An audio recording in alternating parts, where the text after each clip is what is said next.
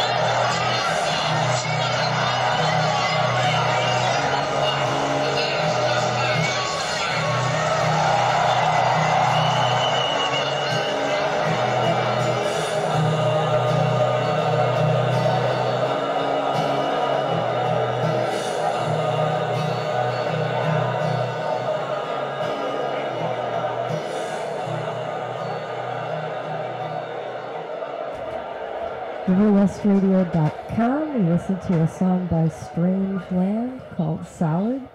And I'm playing that today in celebration of our great state of Wisconsin, who delivered our state for our president so that he can continue working for us, and who also, surprise, surprise, delivered our state a new senator, and it is Tammy Baldwin, which I was delighted with that result as well. Surprised and delighted. So that was in honor of our fabulous state of Wisconsin.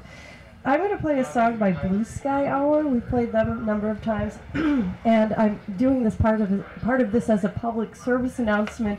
Their show at the Pumpkin Fest has been canceled this evening due to the flu, and this sad news is hard to hear because poor Joanne, when they had their CD release party, she walked up to me and she had a Halloween costume on. She was Edward Scissorhands, okay? So I kind of thought the thing on her, like the splint on her fingers, was maybe part of the costume, not so much. She's walking her dog, and the dog went crazy on the leash and snapped her fingers, and she broke her fingers. Oh, wow. So she couldn't play guitar. On her fretting hand? Yeah. Oh, that's too bad. I think so, yeah. So that happened, and yet she sang. So the bass player quickly learned all the songs on guitar. That's pretty impressive. Yeah, Dave's very talented. Quite. Yeah, he did a good job. And so they were able to salvage the show, and she sang, and very well, by the way. But now she has the flu, so apparently that's not gonna work for them tonight. So don't go to the Pumpkin Fest. I'm sure it's fun, but they won't be playing. So I will play them here. This is off their new album, and that album is entitled On the Coast of Lake Michigan. It's a very cool, once again, Wisconsin-centric sort of packaging. I'll pass that around to you guys because I just got this. It's brand new, brand new. The song is called Constellations.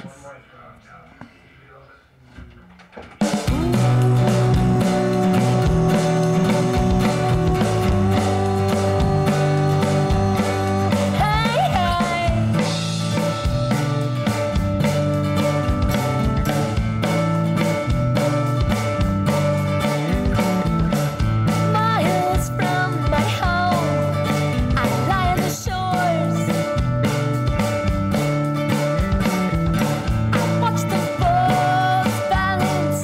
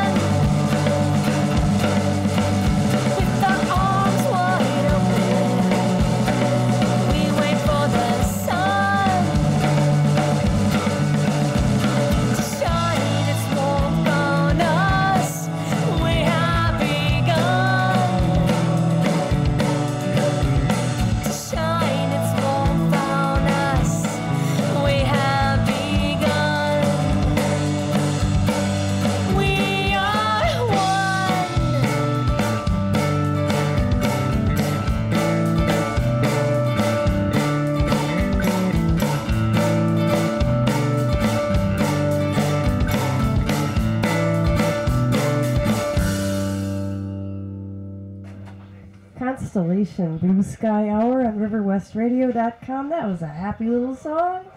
What do you think, Felix? Did you like it? I loved it. Never would have thought that first time hearing him, and now I want the album so bad that I'm gonna force my mom to buy it. I think she'd be okay with buying that. Yeah, definitely. The songs on here are just they're really fresh. They're really upbeat. Yes. You know? How do Really you like calm her voice? and mellow. It's really nice. I like it. It's just subtle, and it just puts you in a calm mood. It's amazing. It's still got that little punk feeling to it though. In the background, it's still a little bit aggressive, even though it's happy. And Yeah, fun. definitely. Yeah. I think that's why I like it, because it's happy, but it has a little bit of an edge. It's not so happy. It's like, oh, come on already. That's enough. Right. Nobody's that happy. Nobody's that happy. It's got an edge. It's Right. quirky. Yeah. It's artistic. Yeah. I met Joanne because her cousin is the drum instructor at MATC, and Her cousin is Ben Hans? yeah, Wow. yeah, Small world. yeah. So she had some things about her voice that she wanted to ask about and improve on, and she really came in with a lot of ability. I just gave her some suggestions, and she ran like the wind with those suggestions. Yeah. I know somebody else like that. We'll get to that later, because that's how we met too. Right. Yep. And then, lo and behold, a year later, she started working with David, the bass player, and he thought, well, gosh, I could use some suggestions. Yeah. So he came over, and now they're friends. So, Wow. Awesome.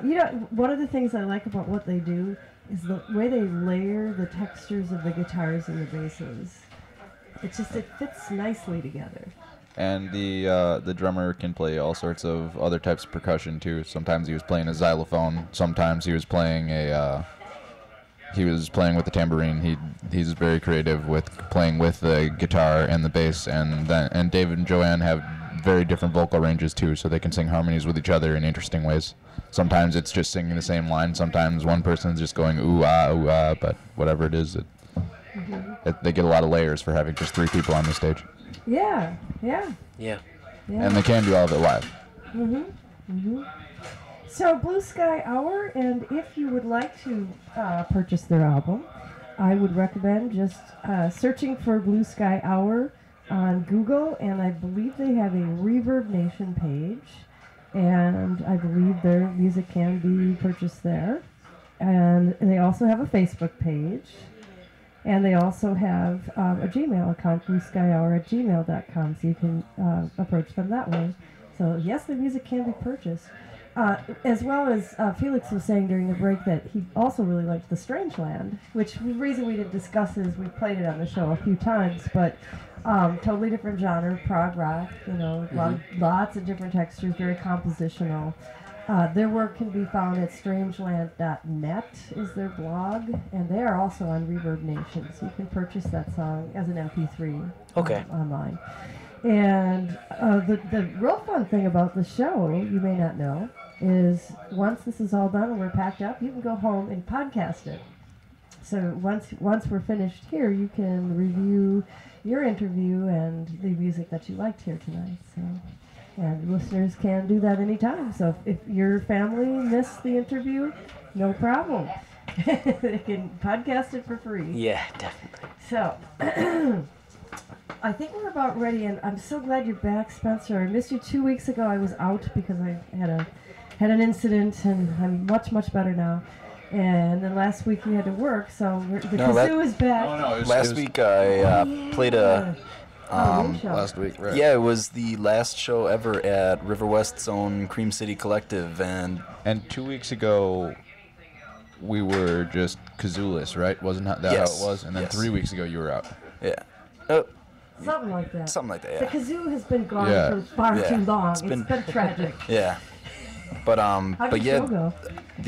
it was a really good show. It was very different. I had never been to the Cream City Collective before, but it was like art type scenario stuff going on the first level, and then shows going on in the basement. And the opener was an experimental noise type project by a fella, and he was nice enough to borrow us the PA, and it was a good show. Awesome. Yeah. I did a little blast beat warm up for the hipsters and stuff like that. It was a little private joke between me and the metal dudes that were there and stuff, and it was really nice. It's the fastest way to scare them all away. Yep. We did have a lot of fun with our Halloween show because I made an effort to not play all death metal for Halloween. It's kind of hard to avoid, Oh, come on. Yeah. playing a lot of death metal on Halloween. We had a good time. But we're going to do my favorite segment, one of my favorite segments, Shameless. Self, promotion.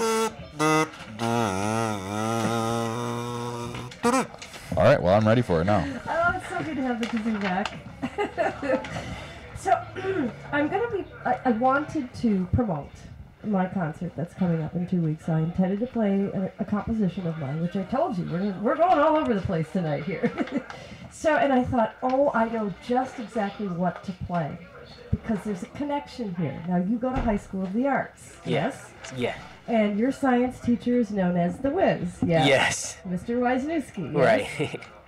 I gave his daughter piano lessons for a number of years, and she's a young adult living in New York, working for a fashion design house. She graduated from Pratt Design School and is just doing super fantastic. And she, besides playing piano, she also played harp. And then her other friend took violin lessons, not for me, but took piano lessons for me, but also played the violin. And then there was a third violinist. I think that was her sister that played the violin. So I composed a piece for those three girls. The piece is called Becoming, because it has a lot of different meanings. Becoming, because they were very becoming. But they're becoming because they were in high school. Right. They were about your age when they performed this piece. Unfortunately, we didn't get a recording of that performance, and I didn't have it performed again since. So this is a MIDI realization. I use Sibelius to compose the piece, and Sibelius sound banks have gotten so incredibly good Wow. that it really sounds not bad at all. So it's a 7-minute piece, and the reason I wanted to show this to you is to show you something I'd written for young people around your age, and somebody you kind of know. And did you ever take science classes with the Wiz? Yes, last year. He's a lot of fun, isn't he? Lots of fun. He's a great. He makes you really want to learn that physics stuff. Yeah, every time he sees me, he's like, Felix, get to class. I'm like, it can be the end of the day or the beginning of the day. I'm like, okay. He'll walk in the store to get a video. Felix, what are you doing here? Get to class. It's 8 o'clock. He's an awesome guy. Yes. He plays, I should know this. I think he plays saxophone. I think he's a wind player. Yeah, we actually did a Latin portraits show, I believe, last week Wednesday, and we didn't have lots of kids to fill in the spots. And as I look in the back, I'm like, wait, that's Mr. Wiz. So I'm just seeing him play. I think it was the trumpet. I don't know.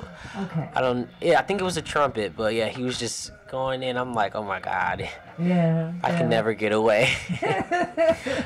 But in a good way. He's a fun guy. Yes, definitely. So, when you compose now for students, they were very, very, very good for high school students, as most High School of the Arts kids are. Yet they still were students. Yes. So you have limitations. It's more difficult to write for, that kind of a situation than it is if, like, I just finished the string quartet I'm about to promote. That was not even as hard because I knew these people could play just about anything I'd ask them to within reason. Whereas when you have 3 high school students, you want to give them something they're going to like. So you don't want to make it too crazy and off the wall. Yeah. You want to give them something they can play, so you have some limitations there. But you still want to be yourself as a composer. You don't want to, sell yourself short and write something you're not proud of. So it was a challenge. And I think this piece has a lot of examples of what you will hear in the string quartet in 2 weeks, because I do certain things, and I want us to listen, and then I'll kind of point them out. With my compositions, I do certain techniques and devices, and I have certain harmonic language that kind of carries through just about everything I write. So the piece is called, it's for 2 violins and a harp. The piece is called Becoming.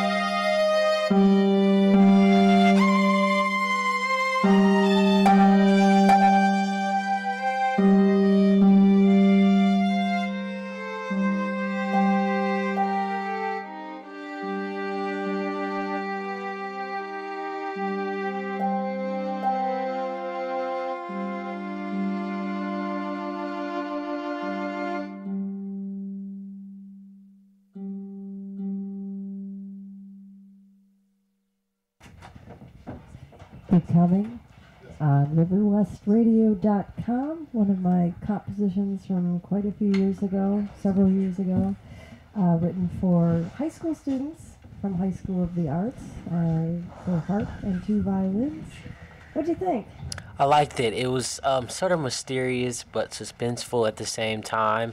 I like that it kept you thinking, like, what's coming next. It kind of reminded me of, like, a suspenseful movie. Like, you're always on the edge of your seat waiting to see, like, what's happening next, or, oh my God, what's coming up. I just really liked it. I actually, violins and harps are actually two of my favorite instruments. So hearing them together and all the harmonies and just everything about it I love. So yeah, I really liked it. Thank you. I'm glad you did like it. Yeah. I would, the mysterious part of it, I'm glad you picked up on that, because I'm writing a piece for young women, and I don't want, like I said, didn't want it to be so off the wall that they just wouldn't connect with it, or their parents wouldn't connect with it, or this high school would be like, gee, we can't have those kids playing that crazy music here. Although that's High School of the Arts, I think it would work. Yeah. I've seen some of the things I used to be a supervising composer for the Present Music. I think they do there sometimes. Mm-hmm. But I didn't want to over romanticize or idealize, the idea of being a teenager and being in high school, because you guys got issues. I wanted that underpinning to be there. I didn't want it to be just like, oh, it's so pretty. Right. I kind of wanted an edge, just like we were saying on the other stuff. I wanted there to be that edge there. I wanted it to feel like these people are in a part of their life where they're contemplating a lot of things. Yes. Yeah, well, your teens are a very dissonant period of time. True. But there's pretty moments. Yeah, the leading tones. Yes. So, Jacob, you have listened to me compose the string quartet that is going to be performed, which is the purpose of this shameless self-promotion today. We'll be at the Jazz Gallery Center for the Arts on Center Street, 926 Center, at 7:30 on November 17th. It's a free concert, so all are welcome. There's going to be a wonderful show hanging in the gallery at that time called Warped, which is all warped, meaning woven materials, so that's going to be a really neat show. So Jacob, you have heard me compose the string quartet, and this obviously has a much calmer, less dissonant flavor, but do you see any parallels? Oh yeah, just trying to avoid relying on cliche functional harmony and keeping it interesting. Really, just being dynamic. I think you hit upon the big thing that I'm always going for is, if there's going to be harmony, that's fine, but it's not like harmony that's leading one chord to the next. And that's why I think you're like, well, I don't really know what she's going to do next. And it's not because it's not predictable, because we're used to hearing these chord patterns, like, oh, the one that, let's do a 2, 6, 4, 5. You're familiar with these concepts because you take theory over there. Right. And so there are formulas, there are patterns. And it's wonderful and important to know these formulas, and to, even a drummer needs to know. When I hear this chord needs to have this happen. It's like that stuff needs to be known. But in this music, in a lot of 20th and 21st century music, the composers, we've been there, done that. So composers are trying to have the harmony be non-predictable, non-functional is the way to say it. If there's harmony there, it may not lead to everything you're expecting it to, or nowhere at all. I mean, Debussy started that. It's not going anywhere. It's just nice. So deal with it. Yeah. But in this case, I used a more modal pattern, so that there was a lot of Asian kind of modal patterns in it, giving it more of a Zen-like feel. The contemplation. Which with the harp, it made sense to give it that kind of Asian feel. Because it almost sounded like a Kyoto, which is what I was going for. So and so this idea of using non-Western or non-typical scale patterns is something that worked there to keep it a little different sounding, but not so different that it's like too off the wall. Now the string quartet it's a bit off the wall. There's some off the wall moments. But also there are moments of harmony. I decided I wasn't going to be afraid to have harmony. It's okay, Julie. Really, you can have some harmony. It's okay. You just don't have to. You just don't want to be cliche about it. Well, there's a lot of harmony. There's just not a lot of consonants. Yeah, that's a good point. Yeah, and the moments of consonants almost seem just jarring out of place because they're there. But the thing that weaves through both of these pieces, this being on the spectrum of much more listenable and consonant, whereas the string quartet has moments of utter chaos, is the fact that I'm holding things together by using pitch sets. So the pitch sets, the notes that I'm choosing, you know what a pitch set is, right? Mm-hmm. The notes that I chose for the string quartet, I felt I could be more daring. Right. Because those folks had played lots and lots of contemporary music, mm-hmm. and so they were prepared to connect with that. So, any other thoughts before we move on? Do you like it, Spencer? I liked it, yes. That's good. So that concert is, I'll be promoting that again next week. So let's play, this is kind of in the shameless self-promotion category, but we don't necessarily have to do too much discussion since we played this song before. But once again, I'm on my yay Wisconsin, yay politics kick. So here we go with, the reason this is kind of shameless self-promotion is Jacob and I play in the Freddie Lee Band. I play keyboards and sing, and he plays bass. And this is, we are not on this recording, but this is one of my favorite Freddie Lee songs. Yeah, one of mine too. Not in My Name. There's no swear words in this one, is there? Okay, yeah, we'll give you a comment. I hope no, not swear words. Okay. Epic use of the words fecal matter, though. You have to hand him his lyrics props for that. Okay, here we go.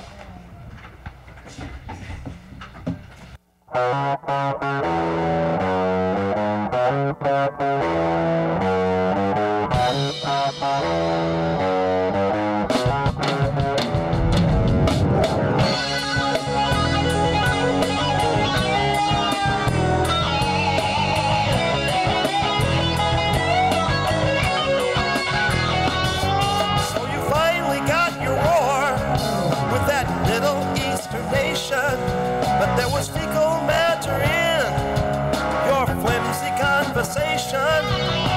Election year prattle without one shred of proof. Your speculation brings the nation to a monumental goof.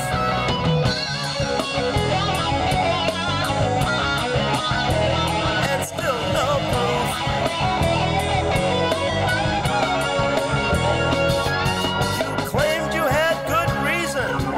But you would not show your hand. I think it's about control of the oil beneath that land. Yes, we can see where you're going with your greedy, evil scheme. You want to misuse freedom's army and set up a false regime. Just another one of your sneaky, underhanded ploys to use Marines as if they were your personal toys. Nobody except people thinks like you. They're not your toys.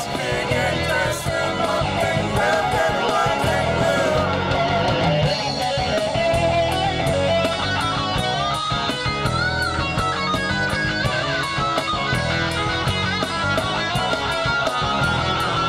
While he was killing his own people, you had nothing to say.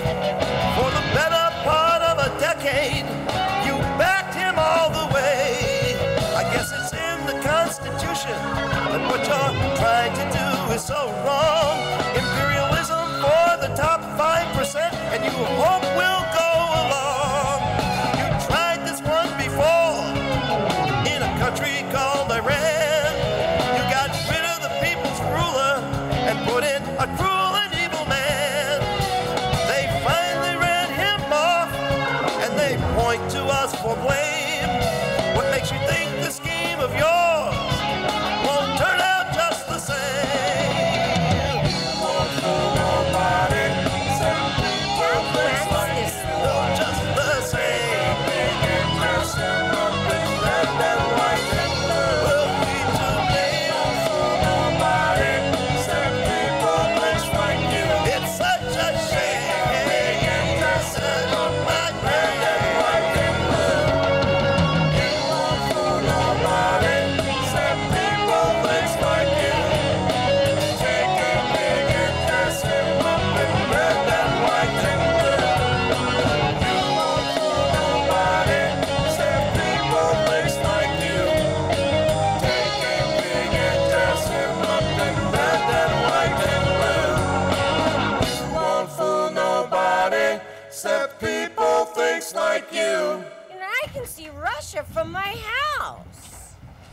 Not in My Name.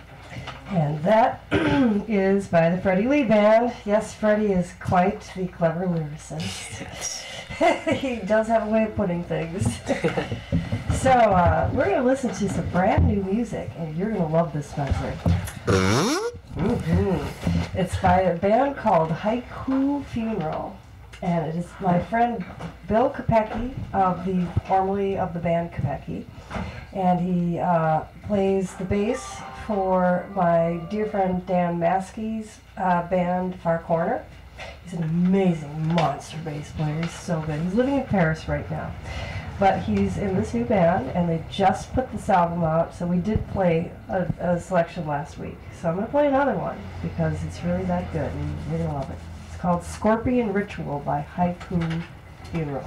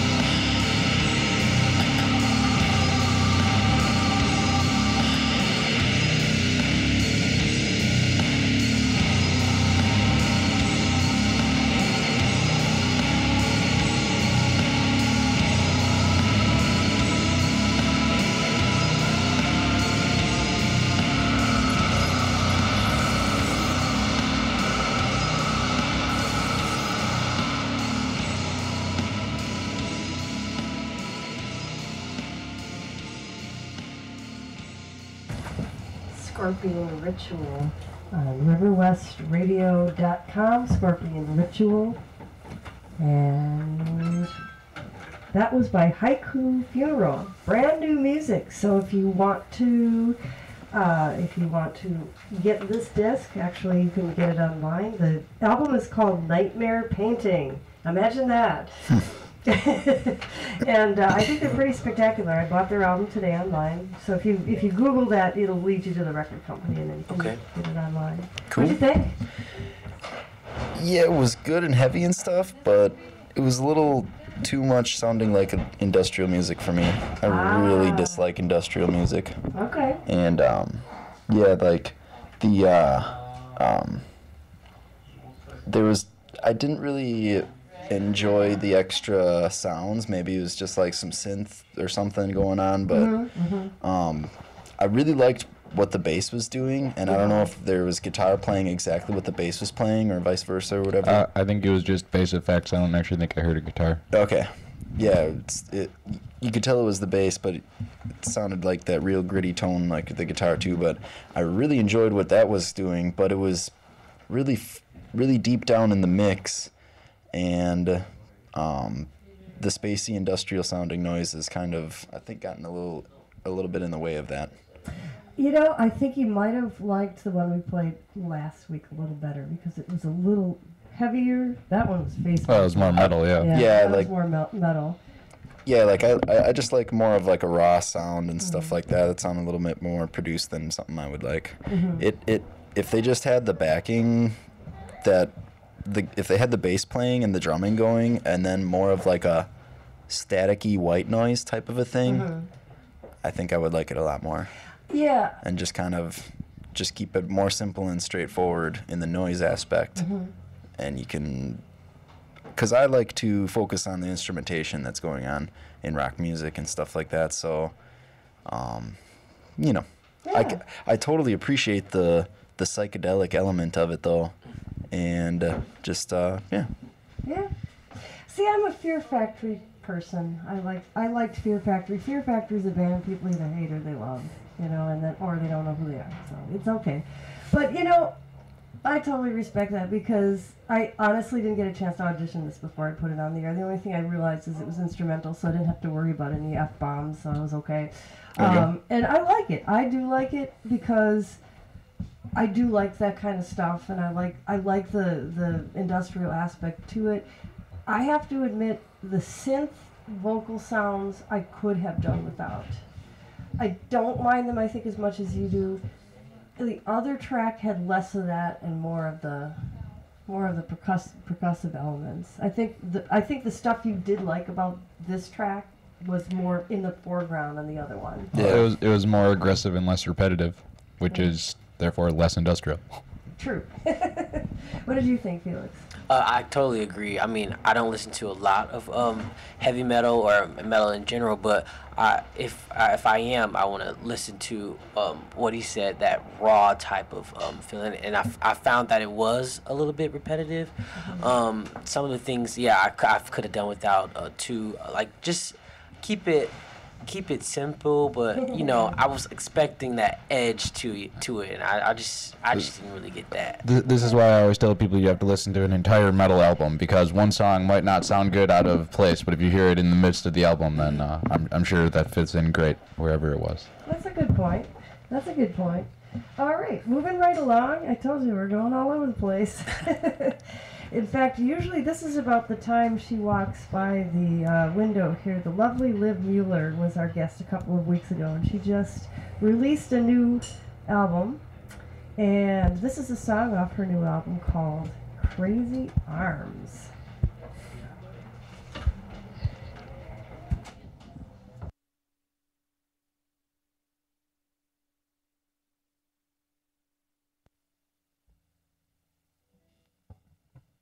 Now, blue ain't the word for the way that I feel. The storm's brewing in this heart of mine. This ain't no crazy dream, I know that it's real. You're someone else's love now, you're not mine.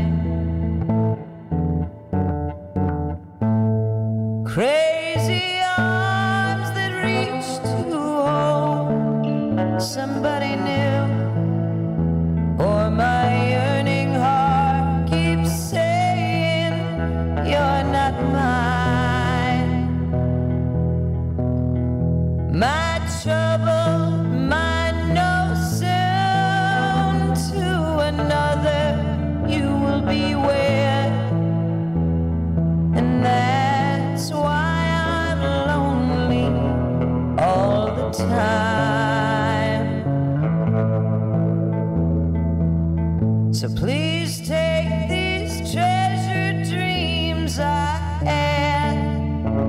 you and me and take all the love that I thought was mine.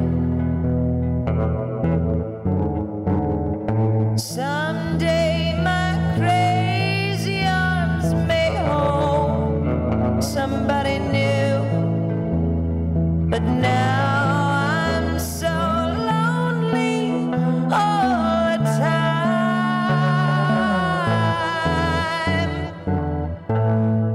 Crazy arms that reach to hold somebody new, for my yearning heart keeps saying you're not mine.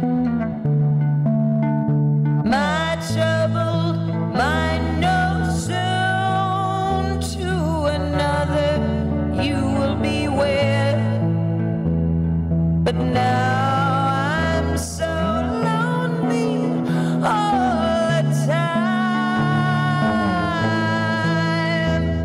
But now I'm so lonely all the time. Now I'm so lonely all the time. Now I'm so lonely all the time. Now I'm so lonely all the time. Now I'm so lonely all the time. Now I'm so lonely all the time. Now I'm so lonely all the time.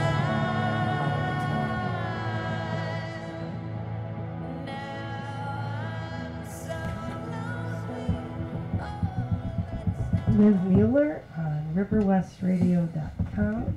She was in the studio a couple weeks ago. We talked about the song with her. She is so authentic and has such a fabulous voice. She actually gets me to listen to country music.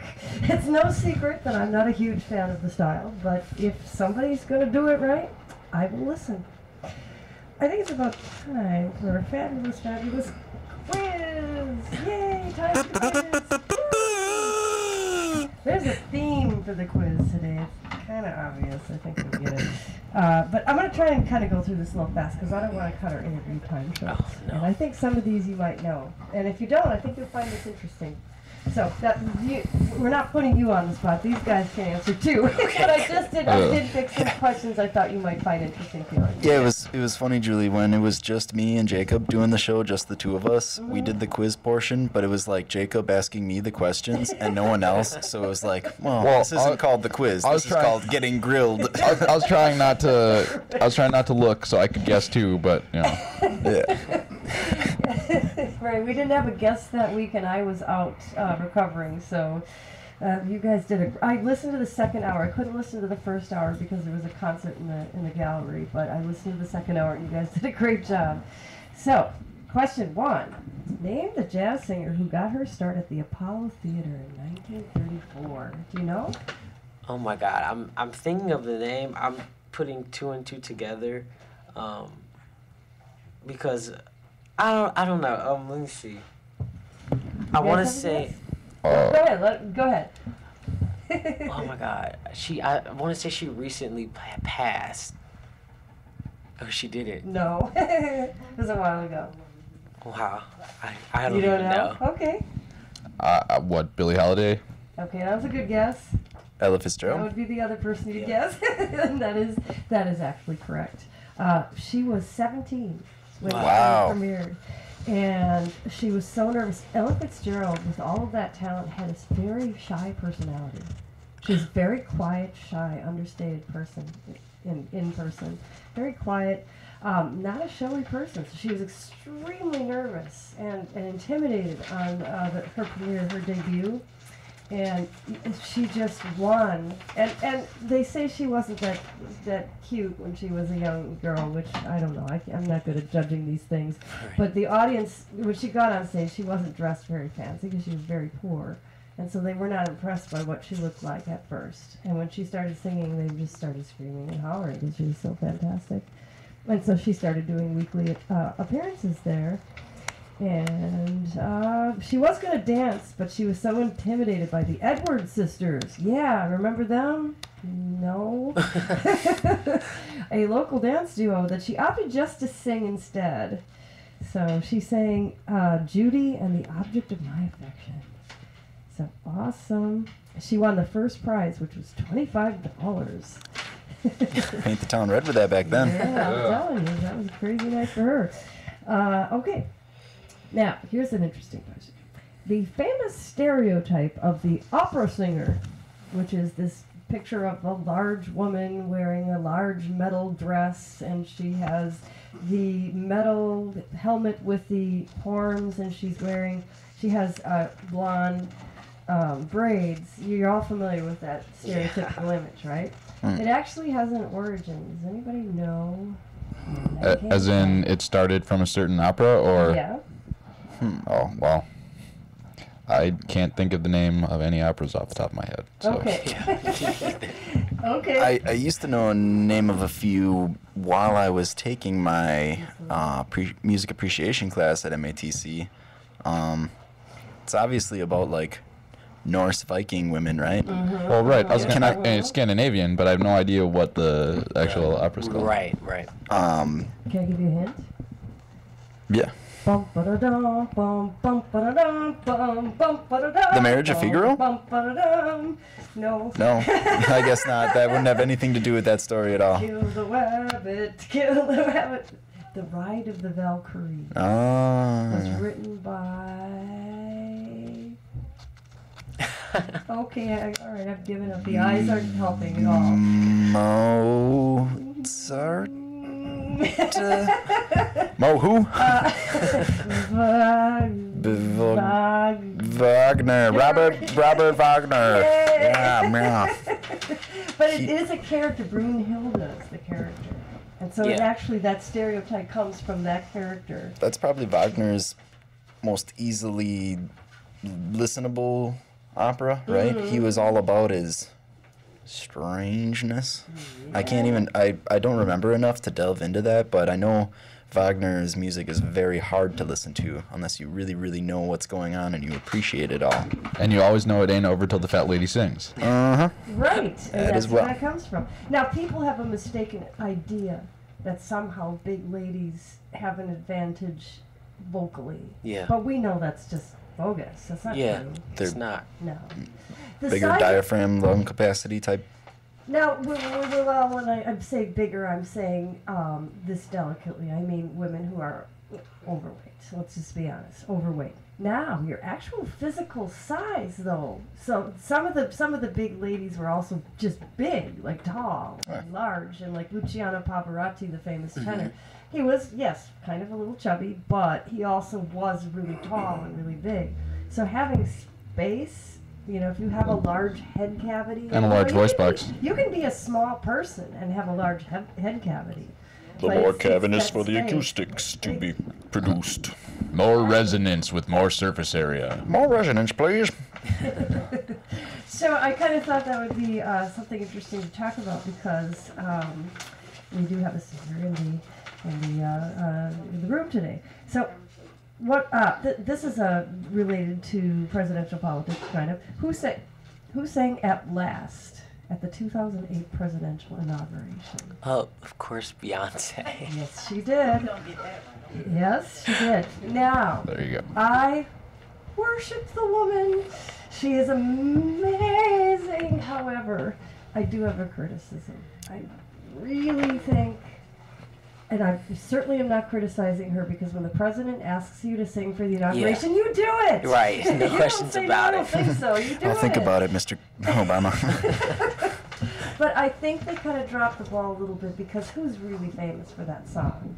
Ed James. Yeah. And she got wind of the fact that Beyonce was singing. She's like, guys, I'm alive. Right, remember me. I'm over here. It's okay. I didn't want to do it anyways, I guess. I think that was a little bit of a faux pas on their part because Yes. while Beyonce is fantastic, she's a young woman. She'll have those opportunities. Yeah. Etta was like, well, and now Etta's gone. She's already Right. had those opportunities. She's won more Grammys than anyone in the history of the world. Really? Yeah. Yeah. Oh wow, I did not know that. She deserves it.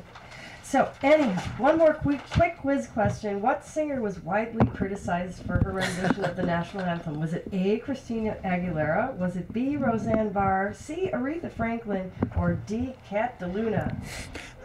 Was it Roseanne? I think I remember this one being Christina Aguilera. Yeah. It was all of the above. It's a trick Really? question. It's There a you trick go. question. Dang. And Aretha's Even on Aretha? here. Yes, and I was like, oh, come on. Yes, the reason she's on Billboard's list of top 5, oh, she's so fantastic. But what was happening around her, she was actually still really good, but what was happening around her was just wrong. Okay, so it was just like there was a choir, and then there was somebody else singing, and then there was... The arrangement was really, really weird, and it was kind of like a 3-ring circus. So she was just involved in a really bad rendition. Yeah. So if you want to Google Billboard's top 5 worst Star Spangled Banner renditions and listen for yourself, you'd be like, oh yeah, that wasn't one of the best things she's ever done. So anyhow, so we do have with us today in the studio Felix. And we met because you were being asked to learn a ridiculously difficult piece in 2 weeks that no music teacher wanted to even deal with because it was just written so very oddly and small and cumbersome and tedious. And your mother looked at me and she said, please help us. And I'm like, okay, because your mother's a friend of Carmen, one of my former students, who I absolutely adore. So Yeah. I said, okay, and we slogged through it. Yes. And I was so impressed at how professional you were. And can you tell us what the purpose of this endeavor was and what the result was? Well, wow, this was back in February. That sounds about right. Late Or- January, yeah. And I was recently asked to perform at the Grammys along with 6 other students across the country. And they gave us the music. They mailed us the music. Okay, yay, I got a chance to perform at the Grammys. Now the hard part, learn the music and be able to, sing it in front of the people who asked us to go to the Grammys. So, I'm just going over all the music, and then I get to this one song, and it was called "When You Wish," and the arrangement, it was just. Even my music teacher, he's been over 21 years. He's been the best, Raymond Roberts. Shout out to him. But yeah, we looked over it, and he was like, "What is this?" And we just tried our best to just pick piece by piece it apart. We had to call in one of his colleagues to see if he can read it, but it was just too Everybody much. kind of had It that was too same much. what is this Yeah. kind of look on our faces. It was And just- your mom looked at me when I was doing it, she's like, oh no. Right, it was just crazy. But what we did is we went phrase by phrase. I would sit there and I'd calculate, okay, think what they want to have happen is this. Mm-hmm. And we went phrase by phrase through the whole arrangement. And then you recorded me singing it Yes. in your phone and you learned it. And Yes. then what happened? And what happened was I Skyped the other students, the students that had the same part as me, and then we would just go over it together. And what what I learned from the recordings is exactly what they came up with. So I'm like, okay, if We're this all is doing the right if thing, we're yeah. doing the right thing, then we're good. So I learned that it was after I learned the whole piece. It was then easy to sing. But when we got there, apparently some of the girls had a tough time with it too. So they just took it out, and I'm like, are you kidding me? Yeah. Are you kidding me? So I'm like, no, we have to do this because you don't know how much I've worked for this. But all in all, it was a great experience. I got to meet a lot of people. I'm glad that I got the chance to learn the song. Sure. Because it gave you that experience of slogging through something nearly impossible and saying you could do. If you ever have to do this again, you'll be able to do it. Yes, definitely. So I'm just thankful for you helping me. I know it wasn't easy, but I was like, my head's starting to hurt. It really was. It was written very, very tiny. And Yeah. It was just very strangely and esoterically notated. So the good news is you have some new recordings, and I'm just so excited about hearing them. Yeah. And so I am passing you the auxiliary chord so that we can have you play some of your pieces on your phone. What is the name of the one that we're going to be listening to first? well, there's two. They're both kind of a R&B type of.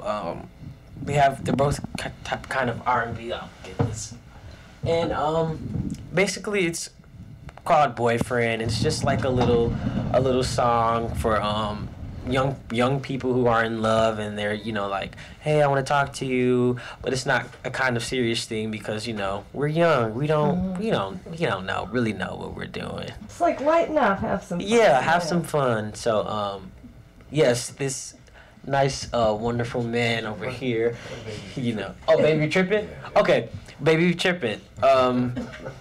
It's just a nice tune. It's kind of chill. It's And you laid wrote back. this tune? It's jazzy. Yeah, actually, G. Womack, this local R&B singer / songwriter guy, he wrote it for me, and I'm like, okay, cool, I'll do it. And you have permission to play it on Yeah, it. definitely. What happens is that people, come to me and they ask me, hey, I have a song for you. Let's, make it happen. So we'll sit down and we'll talk about it, and that's how it happened. So yeah. So Awesome. this is maybe be tripping. I should wait. We're just getting the technical aspects of this situation happening. I probably should have handed you this chord like during one of our breaks, but I didn't think of it. Yeah, I'm sorry, my phone is just. No, that's okay. So you have an amazingly fabulous voice. Did you study voice at High School of the Arts? Who's teaching you that? Raymond Roberts. I went to Mesmer High School my sophomore year and had no vocal training whatsoever. Just been listening to my mother sing and just been singing, and then once I got to arts, I didn't know anything. I didn't have any clue about singing and how to sing properly, but I got vocal training from a teacher by the name of Mr. Weinberg, and we just went from there, and 'Cause ever since then. When you came into my studio, you definitely were clearly singing correctly. So, all right. So I think we're about ready to go. What's the name of the song again? It's called Baby Be Trippin', and hope you guys enjoy. Help me. I want to talk about this situation. All right, it's a relationship. What? Of course I love her. It's just that I've been going through this thing, and I don't know. Maybe I can sing it better. Baby don't understand. She'll eventually drive me away, but that just might be her plan. She may not want me to stay. If she does, she has a funny way of showing it. I can't keep putting up with this, 'cause even though I love you, you gotta quit tripping on me. Baby, don't trust me anymore. No more. Baby, don't realize that she's my one and only. One and only. Baby, tripping. Seems like she don't love me anymore. She don't love me anymore. Baby, don't understand that I can take too much more. Quit tripping. I just don't understand what you want from me.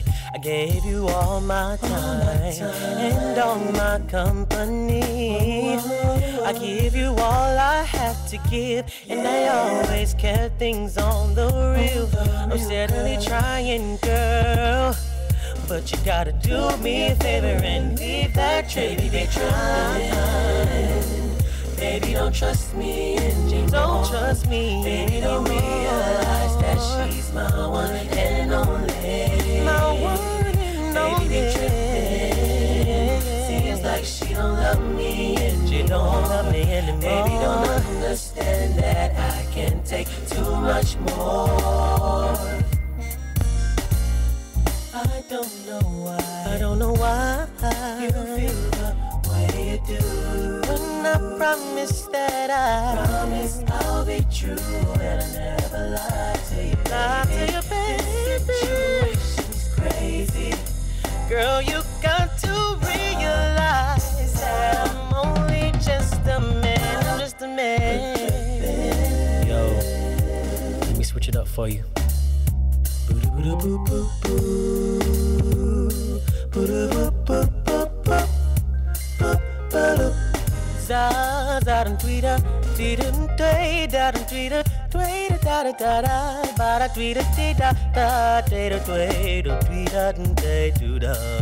Baby, be tripping.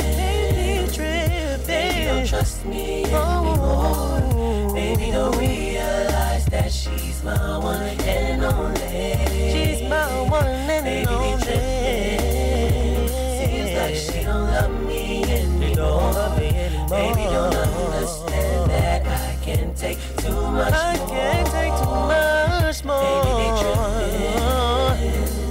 Baby, don't trust me anymore. She don't trust me anymore. Baby, don't realize that she's my one and only.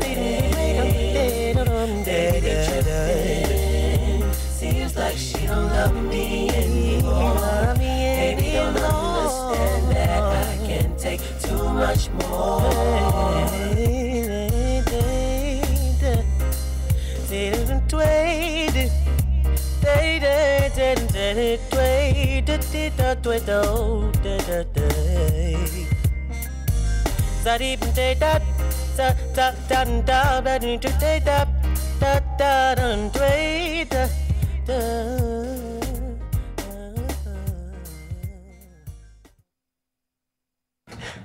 That's Felix of RiverWestRadio.com. Well, that was awesome. Thank you. Your voice sounds so relaxed and fluid, and you just have such great control. I'm so comfortable listening to it. I'm so relaxed listening to it. It's really smooth. Thank you. Smooth tone. It was all of the harmonies were you as well? Yes. Ah, that's cool. Yeah. So tell me how this record got made. How did you do this? Well, what I do is every Wednesday I have studio time with my management team, and either we do covers to just different songs from different genres, because we want to have just a wide variety of music to pick from. And one of this song was given to me. Well, I listened to the song, and Steve, that's one of the people on the management team, he said, hey, G. Womack, the local R&B recording artist, he said that he had a song for me, and I'm like, okay, let's listen to it. So we listened to it, and then we saw that it had like this type of jazz feel, and seeing as though I went to the Grammys to do jazz, I'm like, let's do it, because not too many kids my age that are trying to pursue a music career, they don't tend to do that type of sound. So it really did sound different. jazzy. Yeah. It had the Atlanta hip hop from the '90s feel to me, where they had like live jazz musicians in part of the orchestration, but then sometimes it would go back to just a funk beat and somebody talking. Doesn't even need to always be the jazz singing. But that was a cool mix of talking, scat singing, and then just actually singing too. Yeah, gotta love the scat singing. Yeah. That was impressive. I'm a huge doo-wop and scat fan Oh myself. yeah, me too. I listened to way too much of the Marcells. It's a guilty Yeah. pleasure. So, you said that you had been singing since middle school, Yes. and this means that there must have been some issues for a while, because when young people start singing, before their voice changes, all of a sudden your voice is like not, it's like somebody just took away your instrument and handed you something else and it ain't working. Yeah. So how did you cope with that? I hear so many stories of people who sing like, they have this high range and register, and then once puberty hits, it's like, oh my God, I don't know what to do. For me, it was kind of like a swift transition. What I say about from 7 to 12, I was singing always in the soprano section, soprano 1 in choir, and I would be like the only boy, and it would just come natural for me. But 13 came, and I just started noticing like, hey, something's wrong here. I'm not. Areas that you didn't have control anymore. Yeah, That so you I'm were like, what's going on? I never had a problem with this. right. Yeah. And it's exactly what you said. Like somebody said, "Oh, here you. I'm gonna take that. Here you go." And you're like, "Okay."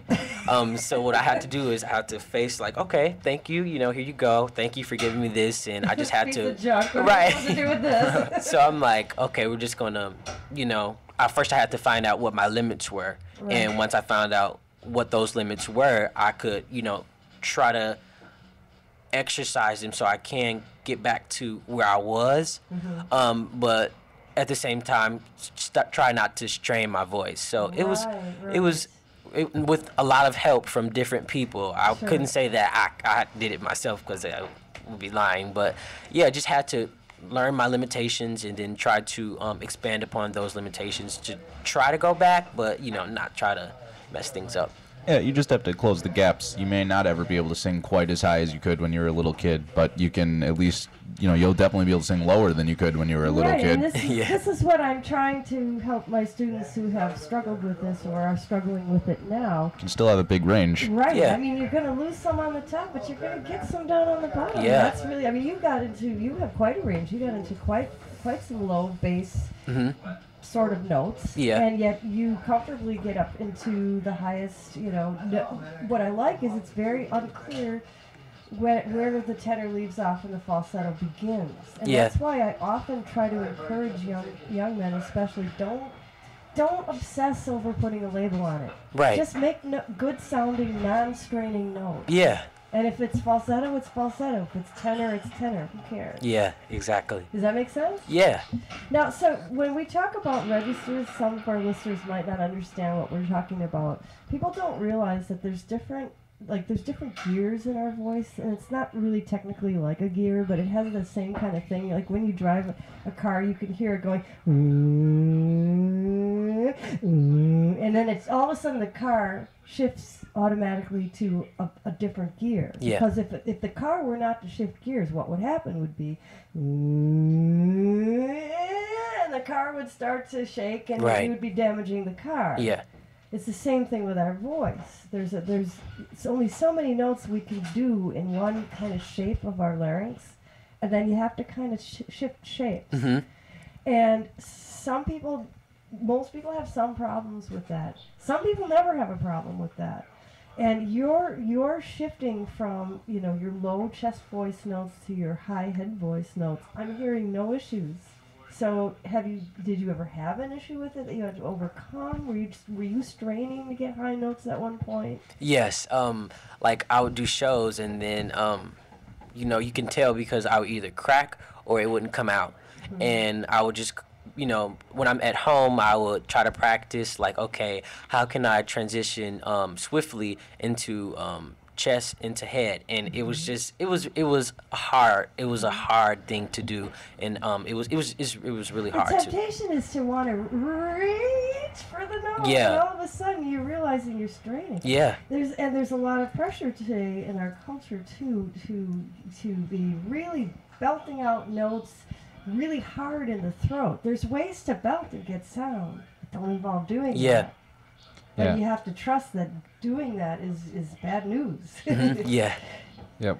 But when you do have the little gap in your range, sometimes you are just your voice is gonna crack, or you're just gonna let out a little screech, and it's not gonna do anything. That happened to me lots of times. I've tried to sing a high note, and it's just like, Yeah. nothing comes out, you know. So you basically just have to keep practicing through it, and just eventually it'll iron itself out. You think? You have Yeah. muscle memory for your voice too, but you know, if you sing the same note the same way enough times, it'll be easier when you go back to it.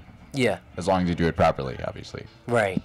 Yeah, and it's crazy that you said that, because I've worked with people who expect me to do these belting notes, but in such wrong ways. And I'm like, well, should I not do this? And I try to, tell them, like, hey, I can't do this certain way, but not sound, sort of like I'm a know-it-all or whatever. But yeah, it's definitely people out there who tell you do this, but it's not really really good for your health and for your your vocal ability and stuff like that. So Right, and there's ways to belt and get sound without having to do it that way. yeah, But a lot of singers do it that way, and then of course, this has already been discussed a lot. But the Adele issue, where she had vocal nodes. I'd have my college students come in and they want to sound like Adele. I'm like, no. You Yeah. don't want to sound like Adele. No. Because Adele sounds like that because she's going to need surgery. And like a year later, those girls came clamoring into my classroom. Miss Brandenburg, you called it. Oh my God, she did have nodes. You were right. And I'm like, yeah. yeah, And I mean, Adele is a fantastically talented artist. She has beautiful phrasing and sense of artistry. And so I'm certainly not in any way, shape, or form trying to put the girl down. yeah, definitely. It's just her handlers, her managers, they should have known what was Yeah. happening and worked with her. Well, hopefully now with rehab and the Yeah. surgery, she'll be doing things not harmfully. hmm So you are on my team then when we're talking about safe and non-harmful singing practices, yes? Yes. Okay, good. Well, I think it'd be great to hear another song. Okay. Another song available? Yeah. And tell us about this one. Okay, well, this next song is entitled Boyfriend. It was actually the song that I was talking about. Oh, okay.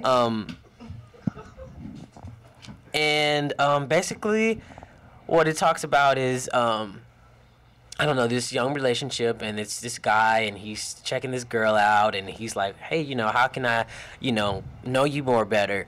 And it's just, one of those nice upbeat tempos where you can just chill out and, groove to. And yeah, here's Boyfriend. Okay. And did you write this? Actually, this. No, not G. It was this guy named Jamel. Jamel? I don't even know his name. Oh my God. Is he But yeah. a student or a teacher?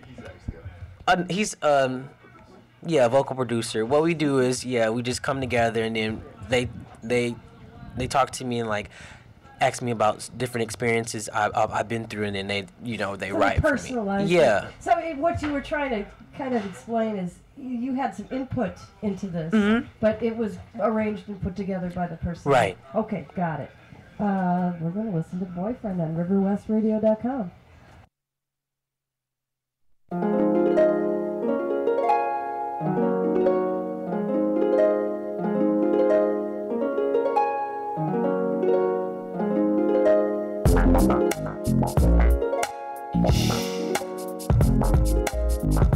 I wanna get close to you. I wanna get close to you.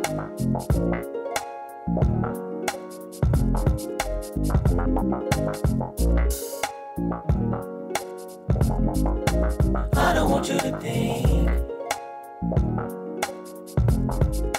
swings. Can I be your boyfriend? Watching you since you walked into this room. Can I be your boyfriend? Hey, pass this note to the pretty girl next to you. Can I be your boyfriend? When she got the note, she looked right up to see. Be your boyfriend? Baby, check box 1 if you wanna go with me. Best looking girl in the room. I seen you looking cause I'm looking at you. I wanna know if I'm your type, cause you're the kind of girl that I like. I wanna show and tell you What I wanna do if I can get with you. You can meet me in the lunchroom. We can talk about trading food. Can I be your boyfriend? boyfriend. I've been watching you since you walked into this room, yeah. Hey, pass this note to the pretty girl next to you. Your boyfriend. When she got to know, she looked right up to see. Your boyfriend. Baby, check box 1 if you wanna go with me. Yeah. Boyfriend. I've been watching you since you walked into this room. Hey, pass this note to the pretty girl next to you. Your boyfriend. When she got to know, she looked right up to see. Your boyfriend. Baby, check box 1 if you wanna go with me. Yeah. Hey, na na na na na na na. Na na na na na na na na.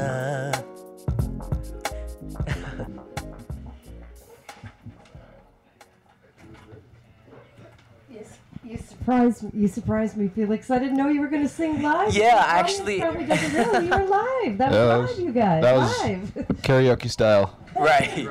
Because all of a sudden I was, oh my gosh, she's singing. I better Yeah, put I'm this like, oh microphone my on. god, I picked the wrong track. I actually, That was, oh, you didn't do this on purpose. yeah, actually I did. Oh, you did do it on purpose. Okay. Well, no, it was kind of accident. Yeah, it was accident because like Accidentally on purpose. I'm like, oh my god. Once it started playing, I'm like, okay, why isn't the? So you intended to play the studio Yeah, I version, but intended you to play the studio- realized yeah, that like, you hadn't. You're like, I better do something because she's not gonna know. What. Right. My mom's like, Do sing. I'm like, something. So you started singing. I saw that. I yeah. took I'm the like, microphone out. oh my god. And so, actually, I kind of liked the way that ended up working out because Yeah, it we was got pretty to hear cool. you sing live. Thank you. And You're it sounded professional to just well like, mixed. It was Yeah, perfect. Yeah. Perfect yeah, levels. That was really good. Thank you. yeah. I mean, I was going to ask if you were willing to maybe just do a little freestyle and do something live here, and I still will ask because I'd like to maybe hear you just give us a sample of just something unaccompanied, something Yeah. freestyle. So I'm kind of putting you on the spot, but you seem to be okay with that kind of thing. So, what do you think? Oh, sure, definitely. I really love a cappella singing. So for me, it's like, okay, good, because to me, I mean, it's cool to hear the studio tracks and the studio tracks. But to me, a good singer knows how to sing live, both live and a cappella. So I have no problem. He's got guts in a room full of instrumentalists. Yep. He doesn't need us. What does he need us for? No. Tell us what you're gonna do. Well, I really love this song. I recently sung with the Milwaukee Symphony 2011 with Marvin Hamlish, the late great Marvin Hamlish, and he recently passed away. And I like this song because it's so calm and mellow. And this song is called One Song, and it's arranged by Marvin Hamlish. Okay. Okay. If we all sing one song of love, one song of peace, one song to make all our troubles cease. One hymn, one theme, one hope, one dream. Imagine what tomorrow would bring if we all sing one song. If we all learn the words, just think how great the sound would be. And since the song is in freedom's key, one voice you'd hear, so pure, so clear. Imagine what tomorrow would bring if we all sing one song.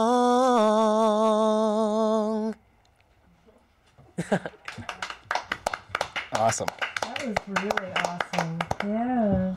You know, you have some notoriety at MATC because we have a few students there that have come to us from the High School of the Arts, and I regret that I can't remember his last name, but the student's name is Brian.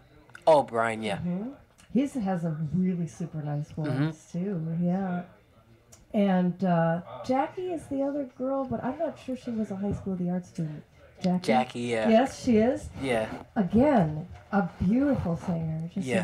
Just two really nice young people. Yes. And so I had mentioned, I don't remember why your name came up. I don't know if I mentioned it or they mentioned it. I'm like, Felix, High School of the Arts singer. I think somehow your name came up in a good way. Yeah. And they were like, oh yeah, we know who that is. He's awesome. He's really good. So you see, your fame is spreading across the city. And Yeah. hopefully And now you're across making your way the through River globe. West, so Right. You have made it, dude. Once you have sung at this microphone, man, this is a resume builder, I'm telling you. Yeah. it doesn't look like the House of Blues, but I'm telling you. Oh, yes. Oh, we no. know people. Yeah. We're a big thing around here. Kind of a big deal. We're big in Japan, yeah. That's it. So, wow. Very, very good. So, you have a wide range of tastes and sensibilities, and it comes through in your style, because the first one, like we said, had a very jazzy kind of element to it, and then the boyfriend song, yeah, it's a fun R&B pop Right. song. Let's keep it light. Let's have something just really listenable, you know. And then this A bit- last one, just the way you delivered it was really powerful but simple. You don't overdo it. You don't overdo it. I try not to. Yeah, it's a lot of the time it really is about it's about clarity and dynamics more than being showy. I mean, you don't have to have the most impressive voice as long as you don't do anything that sounds bad. You know, people will generally be impressed. But people who have impressive voices like Felix, often it becomes a look at me show. Yeah. And it becomes, it stops being about the music. And it starts being about look at me, look at me, look at me. Yeah, And when- look at all these embellishments I can Look do. at all the Right. stuff I can do. Whether or not it's tasteful, well, so what? You know? Yeah. And the idea is, you know, what I like about your singing is, like he said, keep it clean, you know, keep it clear. And if you add an accoutrement, like there were some in the first song, when you had a melisma and you added an accoutrement, it had meaning, it had some weight to it. And that's how Ella Fitzgerald was too. You know, she and Beyonce does that too. When you listen to her version of the Star Spangled Banner and compare it to some of these other girls, she adds the accoutrement, she adds the melismas tastefully. Yeah. And sometimes, you know, I call it the American Idol syndrome or the, you know, show-off syndrome. It stops being about the music. And when Yeah. you're not communicating the music anymore, you're not communicating anything but look at me, look at me. That's not what we do music for. Yeah. You're trying to 100% agree. share something with somebody. Yeah, definitely. And that's why I want to continue to do what I do, because I want to show the world that it is about the music and it's not about anything else. So, yeah, I 100% agree with Right on. with that. Yeah, I mean, in the studio here, you know, because you were enjoying singing that song so much, it just made us enjoy it even more listening. You know, you are into it. Yeah. That's how you sell the song. You know, Linda Ronstadt was a singer way before your time. Kind of before my time, actually. And she had a saying, she said, you have to sing a song like the message in the song, you are a true believer of that message, and you have to convince everyone else of that message. That's how you have to sing a song. Yeah. Makes a lot of sense. Well, yeah, I think you caught on to that. I think. It was nice to hear some R&B music that wasn't auto-tuned. Yes. Honestly, Yes. it makes a huge difference to me because I got into R&B music and I really, really like funk music, which is kind of the predecessor. And I mean, everything from James Brown, George Carlin, whatever. And I've heard a lot of R&B music over the last 10 or 15 years where they really kind of lost the focus on the singing. There's no soul to it anymore. It's just who can sing the highest notes, and even if that means computerizing it. Right. And I liked actually hearing you sing for real. That was it's kind of refreshing. That maybe hip hop will go back in that direction. I miss the days of Outkast and all the Yes. good stuff.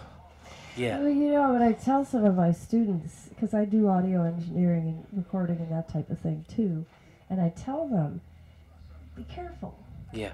Because you know that disco music that you point and laugh at because it sounds so dated now? Your kid is going to go, oh, Dad, that is just like so 2000s because all that auto-tune, oh my God. Yeah. Except for they're going to have whole different lingo that you won't understand. Right. But that's what they'll be saying. Mhm. But you won't understand they're saying that because you won't understand them. Yeah. And I think with auto-tune, compared to, you know, just that natural raw talent compared to auto-tune, you know, like you said, the kids were like, oh my God, that auto-tune, but that music, you know, it's not tainted with, you know, these different things to make it sound more, I guess, better. In that case, it's always going to be always going to be true, and it's not always gonna going to be sound dated. Yeah. not going to sound dated. And I mean, sometimes when you get all of the auto-tune and the pitch correction, it doesn't sound human anymore. I mean, a certain amount of human error is what makes music so good.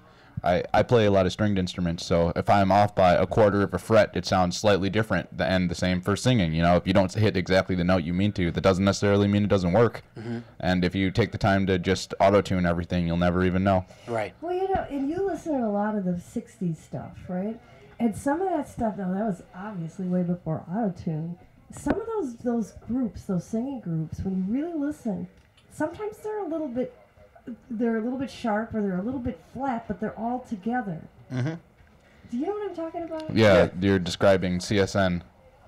Yeah, well, like, or any popular group from the 60s and stuff like that, they're all about, like, the tri-vocal harmony while the lead singer was taking the melody to a different place and stuff like that.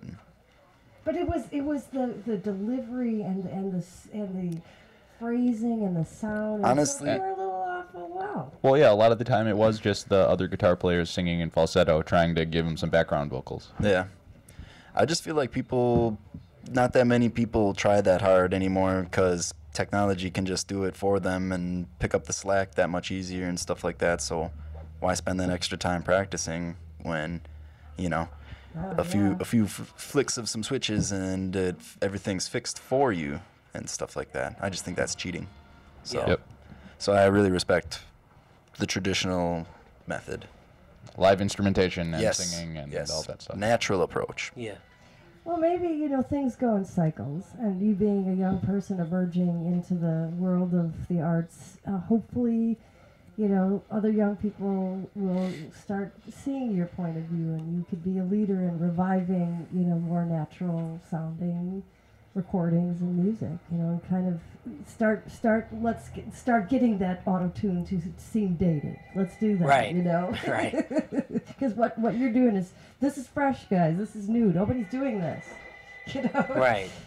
So, Jump on 'em. is there anything else you want to tell us before we close up the shop today? Just thank you guys for having me, and yeah, to all the listeners out there, if you want to be a singer or an instrumentalist, you have to first learn all the fundamentals, because we're in a world nowadays where, you know, people just say, oh, I want to do this, I want to do that, and once, you know, it's time to do that, they're like, oh, what to do, because they don't have those skills to they don't have those types of skills to help them, you know, succeed in what they want to do. So I know for me, I'm learning now, you know, I'm still learning. I'm going to always learn just how to properly use my voice and what can I do to better myself as an artist, an uprising artist. And yeah, just learn those fundamentals and apply them to, you know, your everyday use in your art, and just keep doing what you want to do. Awesome advice. Wise beyond your years. Do- Is there somewhere that we can maybe obtain copies of your recordings, and or are you performing anywhere soon? Performing anywhere soon. I have school things. I know I'm performing. So So if people And- went to the High School of the Arts webpage, would they be able to Yes. identify concerts? Yes, you can definitely go to Milwaukee High School of the Arts.com, and you can also go to my Felix Ramsey fan page on Facebook. I have music there.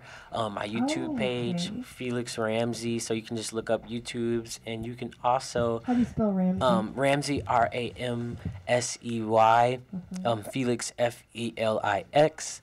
I'm currently working on some projects now, so I'll have like a full list of songs to listen to, and yeah. Awesome. Well, it was really, really great having you in the studio. And I thank your mother, Kathy, also for making this connection. That was really a good call. And I'm looking for my iPod, which is right here because we're just about ready to wrap up another edition of Compose Yourself with Julie Brandenburg. Thanks a lot, Spencer, and your kazoo. Yep. We missed that. And Jacob, and especially Felix. And we are... Did you want to say Oh, something? Can I say something real quick? Yeah.